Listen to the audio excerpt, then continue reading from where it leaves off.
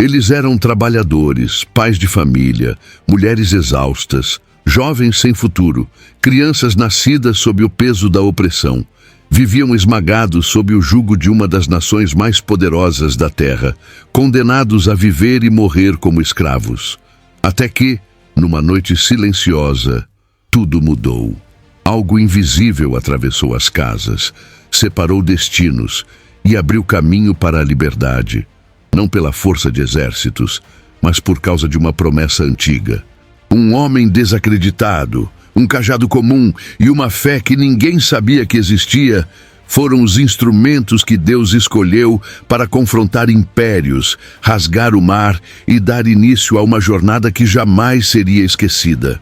E se histórias como essa te fazem enxergar a Bíblia com novos olhos, já se inscreve aqui no canal, porque tem muita coisa ainda para ser revelada e você não vai querer perder. Durante séculos, os descendentes de Jacó cresceram em número dentro das fronteiras do Egito.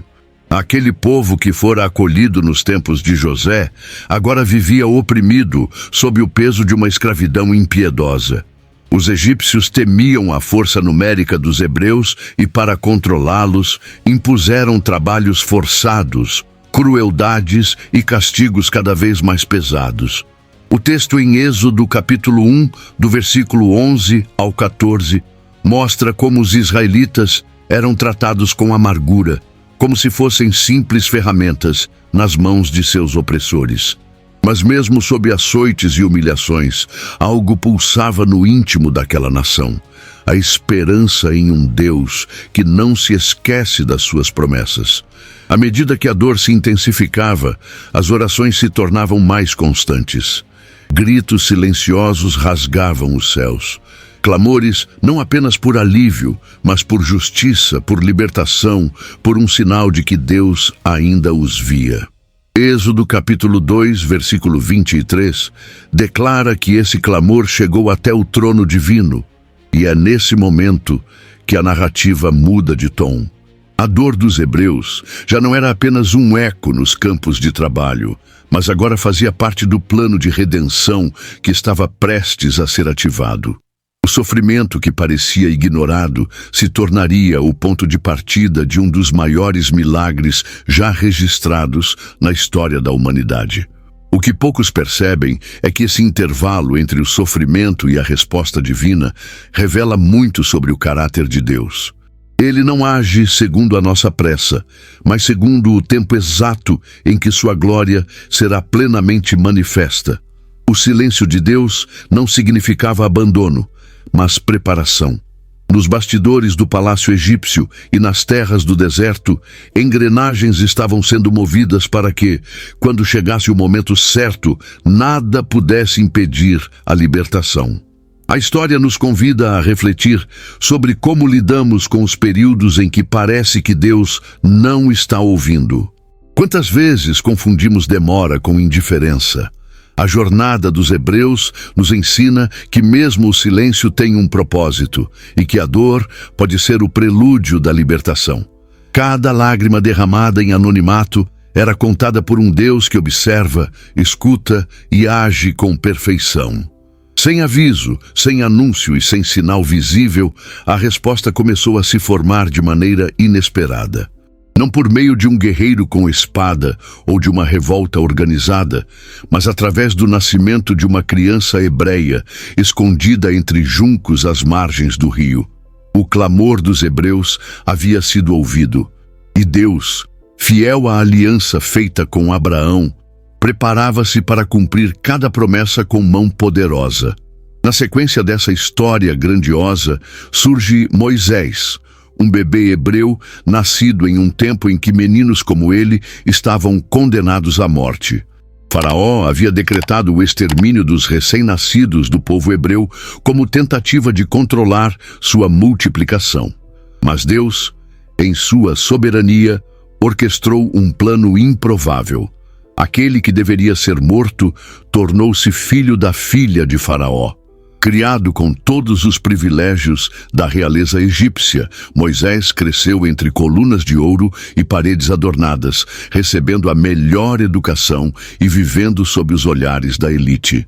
Apesar da aparência egípcia e do luxo ao seu redor, Moisés nunca se esqueceu de suas raízes. Êxodo capítulo 2, versículo 11, mostra que já adulto ele foi visitar seus irmãos hebreus e viu com os próprios olhos o sofrimento deles. A indignação o consumiu quando presenciou um egípcio espancando um de seus compatriotas e, em um ato impulsivo, matou o agressor. A partir dali, sua vida mudou drasticamente. O príncipe se tornou fugitivo. A glória virou poeira. Ele fugiu para a terra de Midian, longe do palácio da fama e até mesmo da própria identidade. No deserto, Moisés passou de príncipe a pastor, trocando cetros por cajados e salões de mármore por vastidões áridas. Esse processo de anonimato e solidão, aparentemente cruel, foi na verdade um período divinamente preparado para forjar caráter, quebrar o orgulho e ensinar dependência. Durante 40 anos, Moisés pastoreou ovelhas que não eram suas, aprendendo lições silenciosas que mais tarde aplicaria ao liderar uma nação inteira. Deus estava moldando o libertador não nas estratégias do Egito, mas nas escolas do deserto. Essa transição é um lembrete de que os propósitos de Deus muitas vezes nos levam por caminhos que parecem contrários ao que esperamos. Para Moisés liderar, ele primeiro precisou servir. Para falar com autoridade, precisou escutar no silêncio. Muitos querem o chamado, mas poucos aceitam o preparo. Moisés não foi apenas retirado do Egito, o Egito foi retirado de dentro dele. E foi ali, no anonimato de um campo qualquer, cuidando de ovelhas alheias, que Deus decidiu chamá-lo de volta ao centro da história. O homem que fugiu agora seria enviado. O que foi rejeitado voltaria como representante do Altíssimo. E tudo começou com um arbusto comum, que queimava sem se consumir. Enquanto pastoreava as ovelhas de seu sogro Jetro, Moisés conduziu o rebanho até o Monte Horebe, conhecido como o Monte de Deus. O que deveria ser apenas mais um dia comum se tornou um encontro que mudaria o curso da história. Um arbusto em chamas chamou sua atenção, mas o mais extraordinário era que ele ardia sem ser consumido. A cena descrita em Êxodo capítulo 3, versículo 2, não era um espetáculo pirotécnico, mas uma manifestação divina destinada a atrair Moisés para um encontro pessoal com o Eterno. Quando se aproximou, ouviu uma voz que o chamou pelo nome, revelando que aquele lugar, até então deserto e inóspito, era agora território sagrado. Deus se apresentou como o Deus de Abraão, Isaque e Jacó. Era uma afirmação de continuidade e fidelidade, um lembrete de que a promessa feita aos patriarcas ainda estava de pé. Moisés, dominado pelo temor, escondeu o rosto. Aquela não era uma experiência comum, era o início de uma missão celestial. O Senhor então revelou seu propósito, viu a aflição de seu povo, ouviu seu clamor e decidiu descer para libertá-los. E escolheu Moisés como instrumento dessa libertação. A resposta do ex-príncipe foi de hesitação. Quem era ele para enfrentar Faraó? Com que autoridade iria falar? Mas Deus não buscava autoconfiança, e sim obediência. Ele prometeu estar com Moisés, dando-lhe sinais, palavras e respaldo divino. A missão não dependia da força de Moisés, mas da presença do Deus que o enviava. Esse momento marca uma transição espiritual profunda.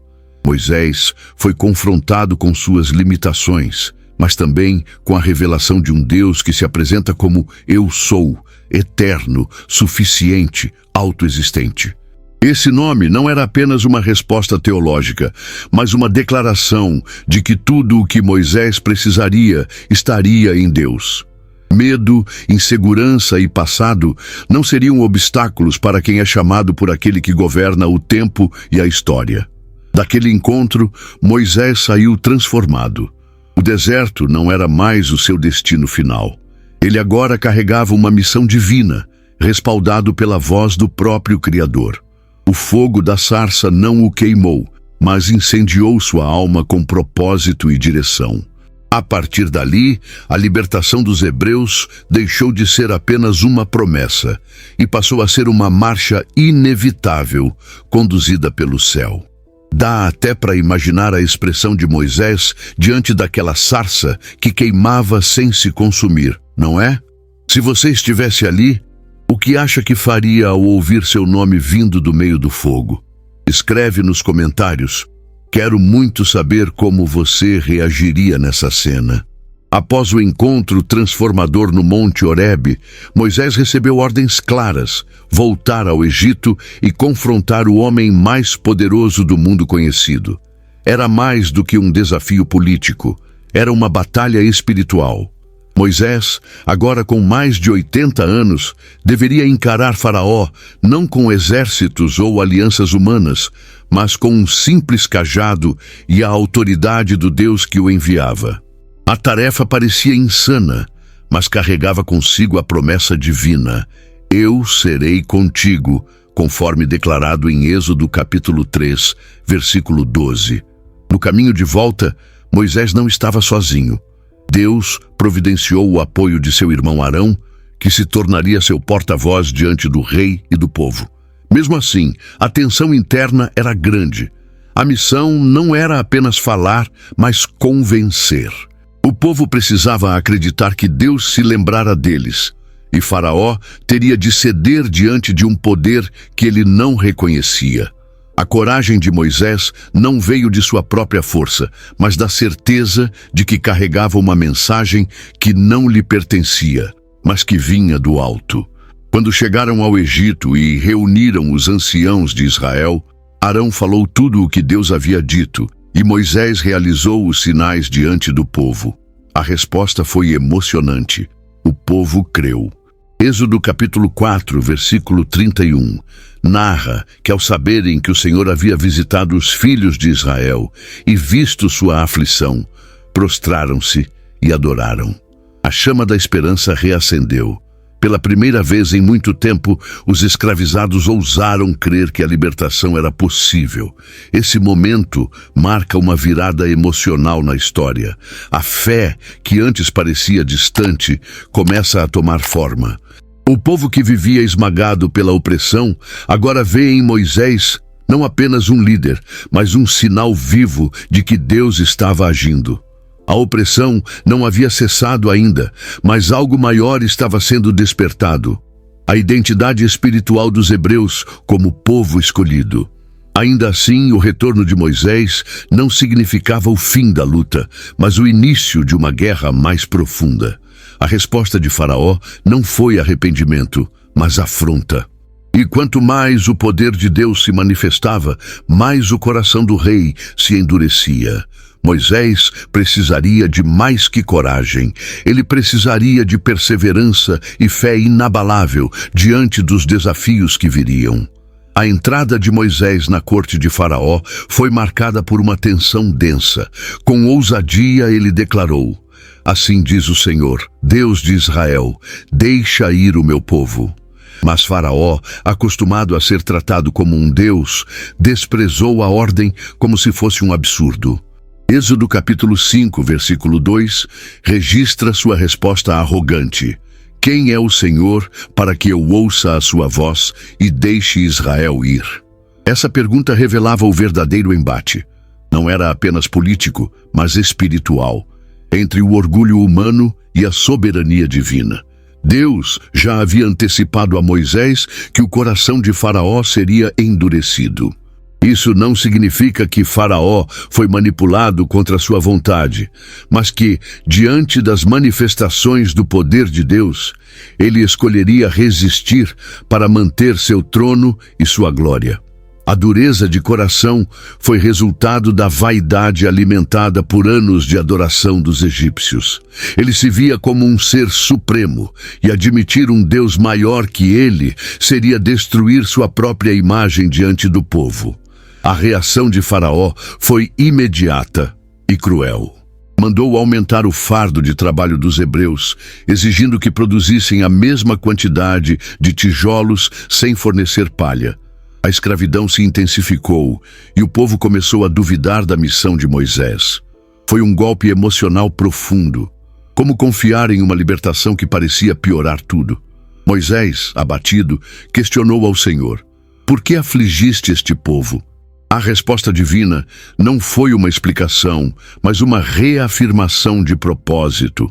Agora verás o que hei de fazer a Faraó, conforme Êxodo capítulo 6, versículo 1. O processo de endurecimento do coração de Faraó nos ensina como o orgulho pode cegar a alma e distorcer a percepção da realidade. Mesmo diante da verdade, ele escolheu resistir, revelando que milagres não convencem corações orgulhosos. A verdadeira mudança só acontece quando há humildade diante de Deus. Faraó teve inúmeras oportunidades de se curvar, mas escolheu se exaltar, e isso o levou ao colapso. Essa parte da narrativa é um alerta poderoso. O confronto entre Moisés e Faraó não é apenas histórico, mas simbólico. Há um Faraó dentro de cada um de nós, uma voz que resiste ao chamado de Deus em nome do controle, da aparência ou do medo. E como veremos a seguir, Deus sabe exatamente como quebrar cada uma dessas resistências. O que parecia ser apenas uma disputa entre Moisés e Faraó revelou-se uma exposição pública da autoridade suprema de Deus. Cada uma das 10 pragas lançadas sobre o Egito não foi apenas um castigo, mas uma afronta direta aos deuses egípcios, demonstrando que o Senhor era o verdadeiro governante sobre a natureza, a saúde, a vida e a morte. A primeira praga, por exemplo, transformando o Nilo em sangue, confrontava diretamente o deus Hapi, o protetor das águas do Egito. Êxodo capítulo 7, versículo 20, descreve esse milagre inicial que manchou de sangue o coração da civilização egípcia. À medida que as pragas se intensificavam, rãs, piolhos, moscas, peste nos animais, úlceras, saraiva, gafanhotos, trevas e, por fim, a morte dos primogênitos. Deus estava desmontando o sistema espiritual que sustentava o orgulho do Egito. Cada divindade protetora era colocada em xeque. Os magos e sacerdotes, que antes imitavam os sinais iniciais, logo se viram incapazes de responder, admitindo que o dedo de Deus estava agindo. Faraó, mesmo aterrorizado, alternava entre promessas vazias e negação obstinada. Por trás disso estava um jogo de manipulação espiritual. Ele tentava barganhar com Moisés, propondo concessões parciais. Deixar o povo adorar, mas não sair muito longe. Ir, mas sem levar as crianças. Ir, mas sem o gado. Mas Moisés, instruído por Deus, não aceitou negociações com o inimigo. A ordem divina era clara. Todo o povo sairia, com tudo o que possuíam. Não haveria acordos com a escravidão. Cada praga era também uma lição para Israel. O povo hebreu, que durante tanto tempo conviveu com a cultura egípcia, precisava ver que os deuses daquele império eram impotentes diante do Deus de seus pais. As pragas não apenas quebraram o Egito, mas fortaleceram a fé de Israel em seu verdadeiro Senhor. Deus estava revelando que não era apenas libertador, mas também juiz, e que ninguém pode resistir à sua mão estendida. Quando a última praga foi anunciada, a morte dos primogênitos, o Egito entrou em colapso. O que começou como resistência tornou-se desespero. O clamor que antes vinha dos escravos agora ecoava nos palácios. E nessa virada dramática, Deus mostrava que seu poder não conhece limites e sua justiça não falha. Quando Deus anunciou que a 10ª praga cairia sobre o Egito, o ambiente espiritual se tornou denso.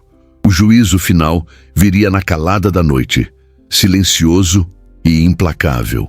A morte de todos os primogênitos, desde o filho de Faraó até o do servo mais humilde, marcaria o ápice da intervenção divina.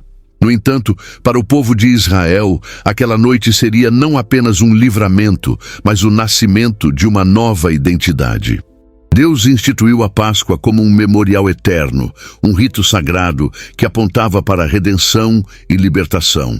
Êxodo capítulo 12, versículo 27, resume com clareza: é o sacrifício da Páscoa ao Senhor, que passou sobre as casas dos filhos de Israel no Egito, quando feriu os egípcios e livrou as nossas casas.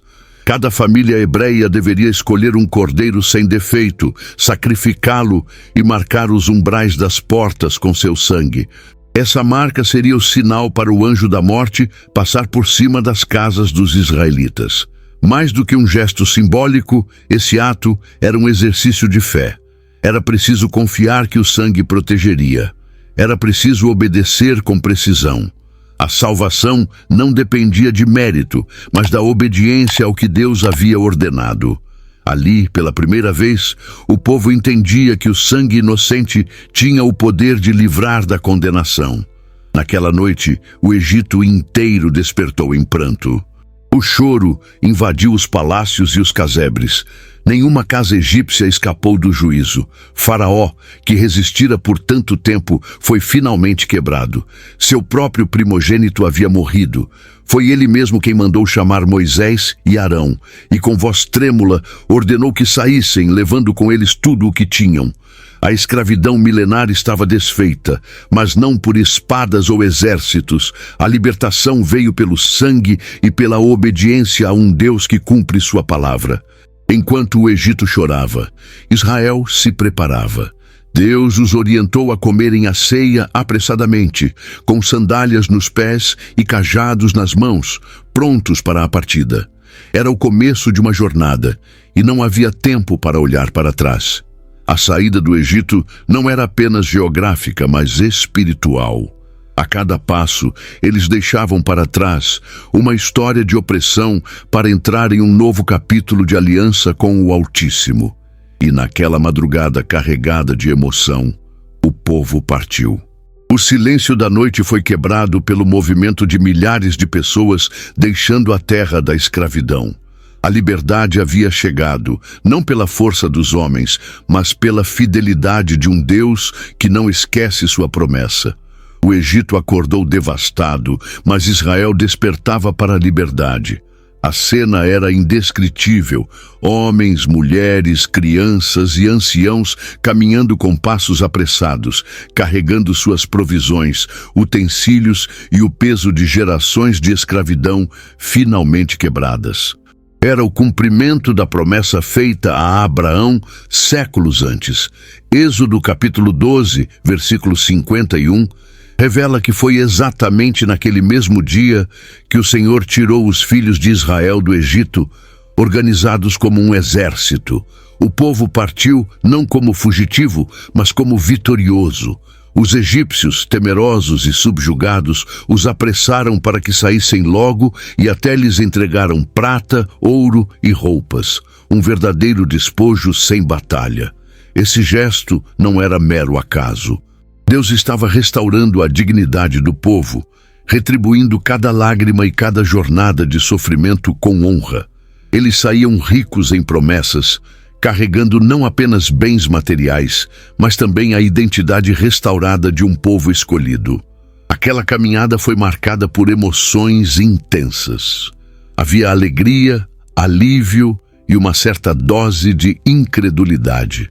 Afinal, depois de tanto tempo, estavam finalmente livres. Não havia mais chicotes nem ordens cruéis. O peso das correntes fora substituído pelo peso da responsabilidade. Agora, livres, precisariam aprender a viver como nação, como povo de Deus. E isso exigiria mais que coragem. Exigiria confiança constante. A presença divina não demorou a se manifestar de forma tangível. Uma coluna de nuvem começou a guiar o povo durante o dia e uma coluna de fogo os iluminava à noite. Eram sinais visíveis de que o Senhor não apenas os havia libertado, mas também caminhava com eles. Cada passo no deserto era dirigido por uma manifestação sobrenatural, que além de guiar, trazia segurança e identidade. Eles não estavam vagando, estavam sendo conduzidos.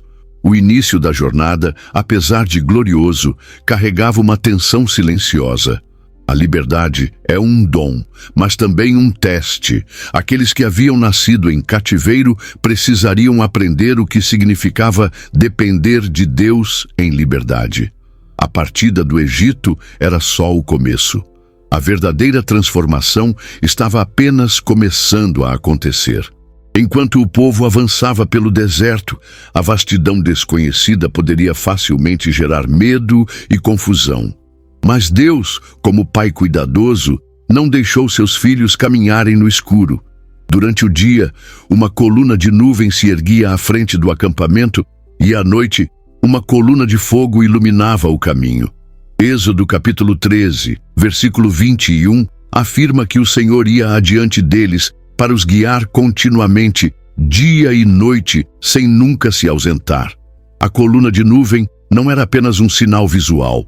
Ela protegia do sol escaldante e servia como referência segura para o povo seguir. Já a coluna de fogo era mais do que iluminação. Era proteção contra as ameaças da escuridão do deserto. Deus havia se tornado literalmente o guia visível de uma multidão que jamais havia conhecido liberdade. Aquelas colunas eram a personificação do cuidado divino, demonstrando que Ele não apenas liberta, mas também conduz com precisão. Esse cuidado constante nos ensina algo poderoso. A libertação é apenas o início da jornada com Deus. Muitos se perdem após o livramento, justamente por não aprenderem a seguir a direção do céu. Israel foi chamado a confiar não em seus próprios instintos, mas na presença manifesta de Deus. Onde a nuvem parava, eles paravam. Onde ela seguia, eles seguiam. Era uma escola de obediência, um treinamento de dependência diária. No entanto, seguir a direção divina nem sempre fazia sentido aos olhos humanos. Em determinado momento, Deus ordenou que o povo acampasse próximo ao Mar Vermelho, em um lugar estratégico, mas aparentemente vulnerável. Os hebreus estavam encurralados entre as águas e os exércitos egípcios que vinham em perseguição. Para muitos, parecia uma armadilha. Mas o Senhor não os havia levado ali para destruí-los, e sim para revelar seu poder de maneira ainda mais grandiosa. A coluna de nuvem e fogo nos lembra que a presença de Deus nunca falha. Mesmo quando o caminho parece incerto ou assustador, Ele continua à frente, abrindo trilhas onde não há estrada. O caos do deserto não impediu o cuidado divino. Pelo contrário, foi o palco perfeito para que o céu se manifestasse de forma inconfundível. Pouco tempo após a libertação, os filhos de Israel se viram em uma situação assustadora. À frente deles estava o vasto Mar Vermelho, e atrás o exército de Faraó se aproximava com toda a fúria. O próprio Deus havia conduzido o povo a esse lugar estratégico, mas humanamente sem saída. A tensão tomou conta do acampamento. O povo, tomado pelo medo, começou a murmurar, perguntando a Moisés por que os havia tirado do Egito para morrer no deserto. Êxodo capítulo 14, versículo 11, registra essa queixa amarga que refletia a fragilidade de uma fé ainda em formação. Moisés, por outro lado, manteve-se firme. Ele declarou com ousadia que o Senhor pelejaria por eles, bastava que se mantivessem em silêncio. Essa declaração não foi apenas um consolo, foi uma convocação à confiança.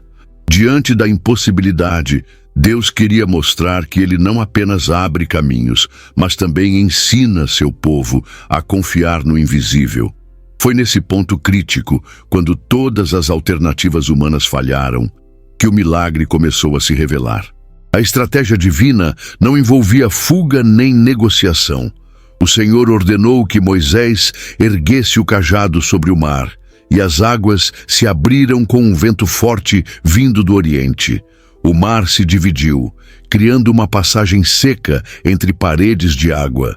Aquilo que parecia o fim se tornou o início de uma travessia milagrosa. A natureza, submissa ao comando do Criador, abriu caminho para o seu povo. O impossível aconteceu diante de milhares de testemunhas. O ensinamento desse momento é profundo. Deus conduz seu povo a situações em que só Ele pode operar, para que a glória seja incontestável. O mar não se abriu quando o povo ainda estava longe. Ele se abriu diante dos olhos deles, quando o perigo era iminente. Essa lição ecoa através dos séculos. Deus age no tempo certo, nem antes nem depois. A fé, portanto, não é a ausência de medo, mas a decisão de confiar, mesmo quando tudo parece perdido. O povo, que antes temia, agora caminhava entre as águas com passos apressados, mas com os olhos fixos na coluna de fogo que os guiava. E enquanto atravessavam, o milagre se sustentava. Cada passo era uma declaração silenciosa de fé em um Deus que, mais uma vez, se revelava fiel. A travessia do Mar Vermelho foi mais do que um espetáculo, foi uma declaração celestial. Quando Moisés estendeu sua mão e o mar se abriu com um forte vento durante toda a noite, um caminho seguro surgiu onde antes havia apenas água e morte. Êxodo capítulo 14, versículo 22, descreve como os filhos de Israel entraram no meio do mar em seco, com as águas como muralhas à direita e à esquerda. Esse detalhe revela o nível de precisão e controle do milagre. Não foi uma passagem lamacenta, mas um verdadeiro caminho limpo, planejado pelo Criador. A multidão atravessou em segurança, guiada pela presença de Deus. Durante a travessia, o pânico foi substituído por uma fé crescente. Cada passo reforçava a certeza de que estavam sendo conduzidos por um Deus que domina os elementos. Não era apenas uma fuga, era uma passagem para uma nova identidade. O Egito estava ficando para trás, não só geograficamente, mas espiritualmente. O povo escravizado agora atravessava como um povo redimido, selado pela obediência e pela experiência de ver o impossível acontecer diante de seus olhos. Mas o poder de Deus não se limitou à abertura do caminho. Quando os egípcios tentaram perseguir os hebreus e atravessar pelo mesmo caminho, a justiça divina entrou em ação. As rodas dos carros começaram a se soltar, os cavalos se desorganizaram e o pânico tomou conta dos soldados. Foi então que Deus ordenou a Moisés que estendesse novamente a mão sobre o mar e as águas voltaram ao seu leito, afogando todo o exército inimigo. Nenhum escapou. O mar, que havia sido salvação para Israel, foi destruição para o Egito. Esse episódio revela duas faces do agir divino: graça para os que creem e juízo para os que resistem. A mesma presença que protegeu Israel foi a que confundiu os egípcios. Deus se revela como escudo e como espada, conforme o coração de quem se encontra com ele. A travessia do Mar Vermelho não é apenas um evento histórico, mas uma figura poderosa da salvação que Deus oferece. Passagem do cativeiro para a liberdade, da morte para a vida. Ao sair do outro lado e verem os corpos dos egípcios à beira-mar, os hebreus compreenderam de forma definitiva que o Senhor lutava por eles. Ali, a fé deu um salto. Eles não eram mais apenas seguidores de Moisés. Agora, reconheciam o Senhor como Salvador e guia, com temor e reverência em seus corações. Quando o último hebreu pisou em terra firme e as águas se fecharam sobre os egípcios, a libertação tornou-se completa. Não havia mais inimigos visíveis. O poder opressor que por tanto tempo dominara os filhos de Israel havia sido esmagado. Êxodo capítulo 14, versículo 30, declara que naquele dia o Senhor salvou Israel da mão dos egípcios, e Israel viu os egípcios mortos na praia do mar. Foi o encerramento definitivo de um ciclo de escravidão, sofrimento e opressão. Deus não apenas libertou, mas também executou juízo contra aqueles que resistiram ao seu plano. O cenário era impactante. O povo que tantas vezes duvidou e murmurou, agora contemplava o resultado do agir soberano de Deus. Não foi a força de Moisés, nem a estratégia de fuga que o salvou. Foi a mão do Senhor. Esse momento marcou profundamente a alma daquela nação. O temor de Deus tomou conta do povo, não como medo paralisante, mas como reverência diante de um poder que excede todo o entendimento humano. Eles viram com os próprios olhos que o Deus de seus pais era real, poderoso e fiel. A justiça divina, ao contrário da vingança humana, é precisa, justa e completa. Faraó teve inúmeras chances de se arrepender, de reconhecer o Senhor, de libertar o povo de forma voluntária, mas resistiu até o fim, e por isso colheu as consequências de sua obstinação. Esse episódio nos ensina que Deus dá oportunidades, mas também estabelece limites. Sua misericórdia é abundante, mas sua justiça não falha. A queda dos egípcios é um testemunho da seriedade com que Deus trata o pecado e a opressão. Mais do que livramento físico, Israel recebeu um ensino profundo sobre o caráter de Deus. Ele é o Deus que ouve o clamor dos aflitos, que levanta libertadores improváveis e que executa seus planos com precisão. Nenhuma força na terra é capaz de resistir ao seu propósito. Quando Deus decide libertar, nenhuma muralha, exército ou decreto humano pode impedir. Os hebreus agora tinham provas incontestáveis de que não estavam sozinhos. A travessia do Mar Vermelho foi o marco da nova história de Israel. Aquelas águas que sepultaram seus inimigos se tornaram o símbolo do nascimento de uma nação livre, conduzida não por reis humanos, mas pelo próprio Deus. Era o início de uma caminhada repleta de desafios, mas marcada pela certeza de que o Senhor caminhava à frente. Após testemunharem a destruição do exército egípcio e a salvação divina no Mar Vermelho, o povo de Israel respondeu da maneira mais poderosa possível, com adoração. Moisés, o líder tímido que hesitou no início da missão, agora se levanta como poeta e profeta para entoar um cântico de exaltação. Êxodo capítulo 15, versículo 1, inicia com suas palavras: Cantarei ao Senhor, porque triunfou gloriosamente, lançou no mar o cavalo e o seu cavaleiro. Não era apenas uma canção, era a consagração de uma nova identidade nacional sob o governo de Deus.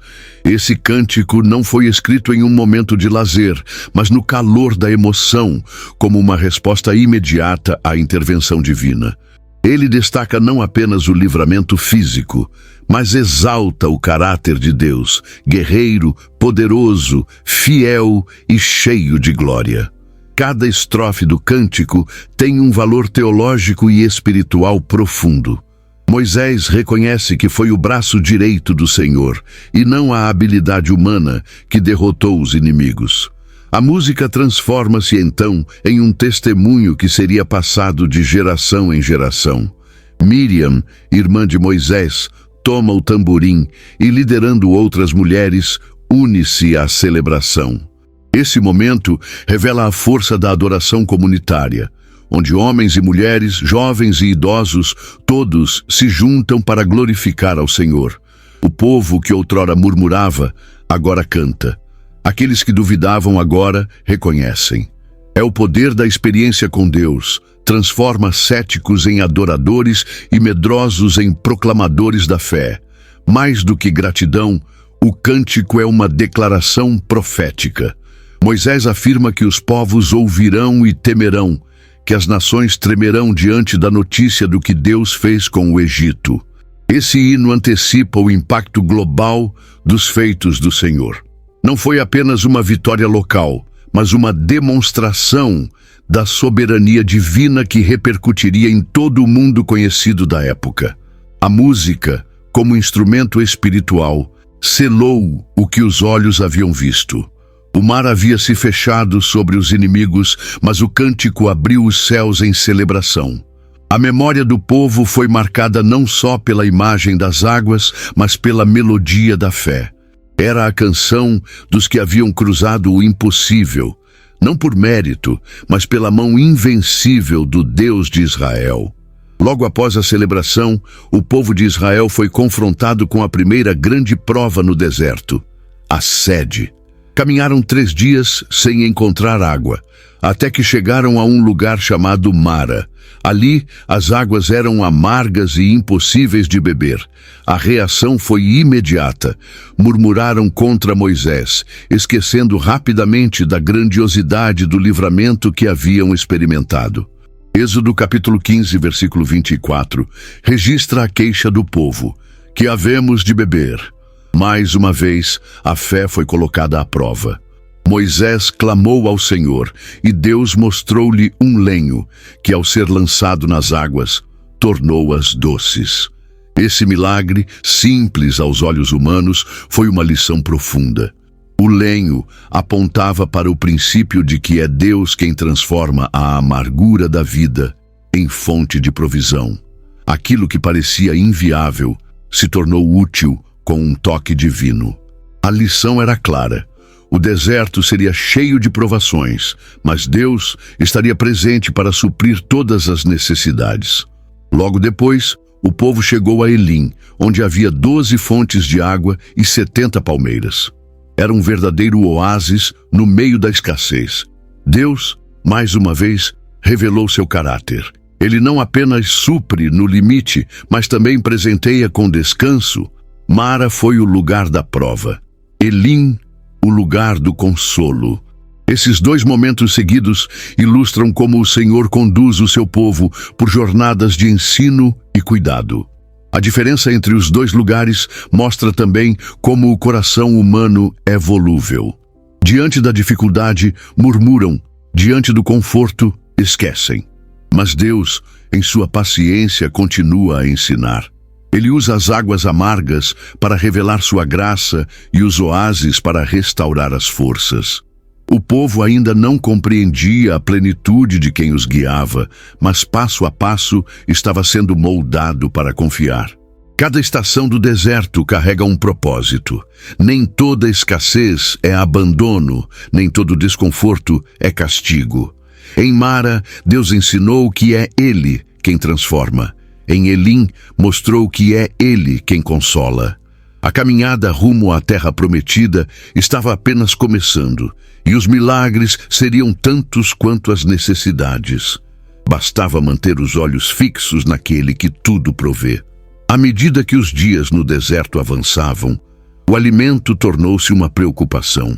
O povo, mais uma vez, murmurou, lembrando com saudade dos pães e panelas do Egito, esquecendo do cativeiro que haviam deixado. Êxodo capítulo 16, versículo 3, revela essa distorção da memória. Quem nos dera tivéssemos morrido pela mão do Senhor na terra do Egito, quando nos sentávamos junto às panelas de carne. A fome física estava revelando uma fome espiritual, o desejo por estabilidade, mesmo que sob opressão. Deus, porém, não respondeu com ira, mas com provisão. Ele prometeu que faria chover pão do céu todas as manhãs, e assim, ao amanhecer, uma substância fina e delicada cobria o chão do acampamento. Era o maná, cujo nome significa "que é isto?". O povo não o conhecia, mas dele se alimentou por 40 anos. Era o sustento diário vindo diretamente das mãos do Criador, suficiente para cada dia, sem necessidade de acúmulo, exceto na véspera do sábado, quando o dobro era recolhido. Esse milagre ensinava sobre dependência e confiança. Cada novo dia exigia fé de que o alimento estaria lá novamente. Não adiantava guardar para amanhã, pois apodrecia. Era um exercício diário de submissão e gratidão. Deus não apenas saciava a fome, mas moldava o coração. O povo aprenderia, ao longo da jornada, que nem só de pão viveria o homem, mas de toda palavra que sai da boca de Deus. O maná também simbolizava a fidelidade divina, mesmo diante da ingratidão. Deus continuava provendo, mesmo quando o povo se queixava. Essa paciência revela o cuidado de um pai que conhece a fragilidade dos seus filhos. Ao alimentar Israel com algo novo e sobrenatural, ele estava lhes mostrando que a vida com ele seria sustentada não pela lógica humana, mas pela fé e obediência. A cada manhã, Ao recolherem o maná, os hebreus se deparavam com a bondade de Deus espalhada pelo chão. Era uma dádiva visível, um lembrete diário de que o céu estava atento às necessidades da terra. O deserto não seria o fim, e enquanto houvesse fé e obediência, haveria provisão abundante.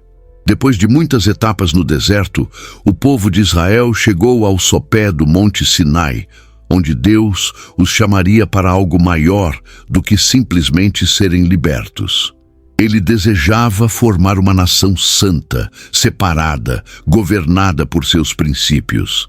Foi nesse cenário majestoso, envolto em nuvens espessas, trovões e um som de trombeta ensurdecedor, que Deus desceu para estabelecer sua aliança com o povo. Êxodo capítulo 19, versículo 5, revela o coração dessa proposta divina. Se diligentemente ouvirdes a minha voz e guardardes a minha aliança, então sereis a minha propriedade peculiar dentre todos os povos. Deus não os estava apenas libertando da opressão, mas chamando-os para um relacionamento baseado em obediência, santidade e propósito. A aliança estabelecida no Sinai não era unilateral, envolvia compromisso mútuo. Deus se comprometia a ser o Deus de Israel, enquanto o povo era chamado a ser sua nação sacerdotal, exemplo para as outras nações. Esse momento marcava o nascimento espiritual de Israel como um povo governado diretamente pela palavra do Senhor. No monte, Deus entregou os 10 mandamentos, instruções que não tratavam apenas de religião, mas de vida em sociedade, justiça, respeito e adoração verdadeira. Essas palavras moldaram a consciência moral do povo e estabeleceram um padrão de conduta que refletia o caráter do próprio Deus. Não eram sugestões, mas fundamentos para uma vida que honrasse o Criador em todas as áreas. A aliança incluía também leis civis e cerimoniais, revelando que Deus se importa com todos os aspectos da existência humana. O povo, impactado pela manifestação divina, respondeu com temor e reverência. Disseram: tudo o que o Senhor falou, faremos. No entanto, o coração ainda era volúvel. O compromisso verbal nem sempre se traduziria em fidelidade prática. Ainda assim, Deus seguia paciente, ensinando, corrigindo e reafirmando sua aliança por meio de Moisés, que agia como mediador entre o céu e a terra. A entrega da lei no Sinai é um marco fundamental na formação da identidade de Israel. Era o Senhor dizendo: vocês são meus. Essa aliança não foi imposta, mas proposta e aceita pelo povo. O monte, que tremia com a glória de Deus, agora se tornava símbolo de revelação e responsabilidade.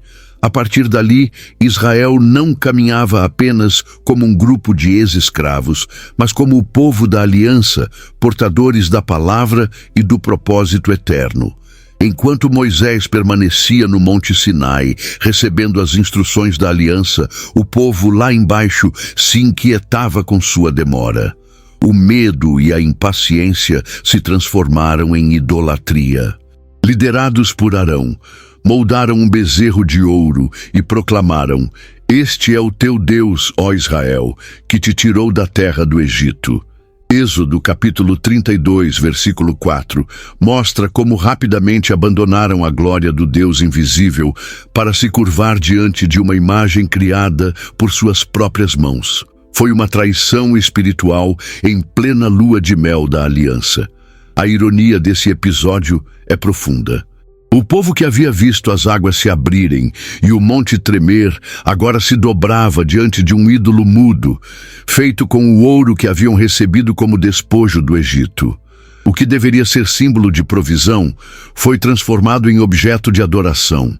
Era como se quisessem um Deus sob seu controle, uma divindade visível e manipulável, algo bem mais confortável que a santidade exigente do Deus verdadeiro. No topo do monte, Deus, em santa ira, revelou a Moisés o que estava acontecendo. Ele ameaçou destruir o povo e começar novamente com Moisés. O intercessor, porém, se colocou na brecha, implorando pela misericórdia divina. Esse momento revela o coração pastoral de Moisés e o caráter gracioso de Deus. Embora a justiça exigisse punição, a misericórdia encontrou espaço. Ainda assim, consequências vieram. Moisés desceu com as tábuas da lei e, ao ver a cena da idolatria, quebrou-as em sinal de ruptura do pacto. A purificação foi severa. 3.000 homens morreram naquele dia e uma praga atingiu o acampamento. O pecado havia sido grave, pois não foi apenas uma desobediência moral, mas uma afronta direta à presença de Deus. O bezerro de ouro representou a tentativa de substituir o eterno por algo conveniente. Foi um lembrete amargo de que a idolatria não começa com estátuas, mas com desejos desalinhados com a vontade divina. Mesmo diante dessa queda profunda, Deus não abandonou seu povo. Após disciplina e intercessão, a aliança foi renovada. A rebeldia foi grave, mas não definitiva. O Deus que julga é o mesmo que restaura. O bezerro de ouro ficou para trás, mas a lição seguiu adiante. O coração humano precisa mais do que milagres. Ele precisa de transformação contínua pela presença de Deus. Depois do pecado do bezerro de ouro, a relação entre Deus e Israel ficou profundamente abalada. Moisés voltou a interceder com intensidade, pedindo não apenas perdão, mas algo ainda mais crucial: que a presença do Senhor continuasse com eles na jornada. Êxodo, capítulo 33, versículo 15, registra essa oração marcante: se a tua presença não for conosco, não nos faças subir daqui. Esse clamor revela que, para Moisés, a terra prometida sem a presença de Deus seria um fracasso. Deus, tocado pela intercessão, respondeu que caminharia com o povo.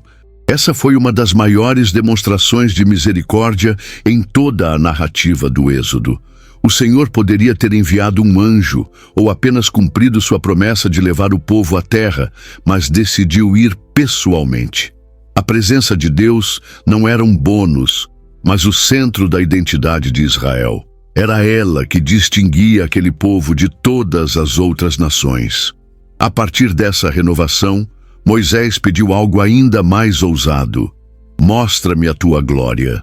Deus atendeu, revelando-lhe suas costas enquanto sua presença passava, pois ninguém poderia ver seu rosto e viver. Esse encontro transformou Moisés profundamente. Quando desceu do monte, seu rosto brilhava tanto que precisou cobri-lo com um véu. A glória de Deus deixara marcas visíveis, mostrando que a intimidade com o Criador transforma até mesmo nossa aparência exterior. O tabernáculo foi então erguido conforme as instruções divinas, e a nuvem da glória do Senhor o encheu. Esse santuário móvel simbolizava que Deus caminhava com o povo, habitando entre eles. Não era um Deus distante, mas presente, próximo, envolvido em cada detalhe da jornada. A presença divina guiava, protegia, corrigia e renovava. Não havia mais dúvidas: o Deus de Israel era o Deus que andava junto. Essa presença não foi apenas um conforto espiritual, mas o fundamento de toda a esperança. Com ela, o povo enfrentaria inimigos, desertos, sede e lutas internas. Sem ela, nada faria sentido. O êxodo não foi apenas uma saída do Egito, mas a construção de uma relação entre Deus e seu povo.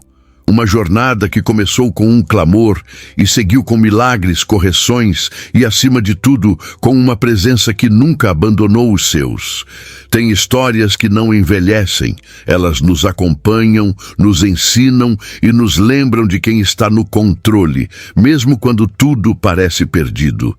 Se essa mensagem falou com você, compartilhe com alguém que também precisa se lembrar do que Deus é capaz de fazer. E não se esqueça de se inscrever, porque ainda há muito o que reviver juntos.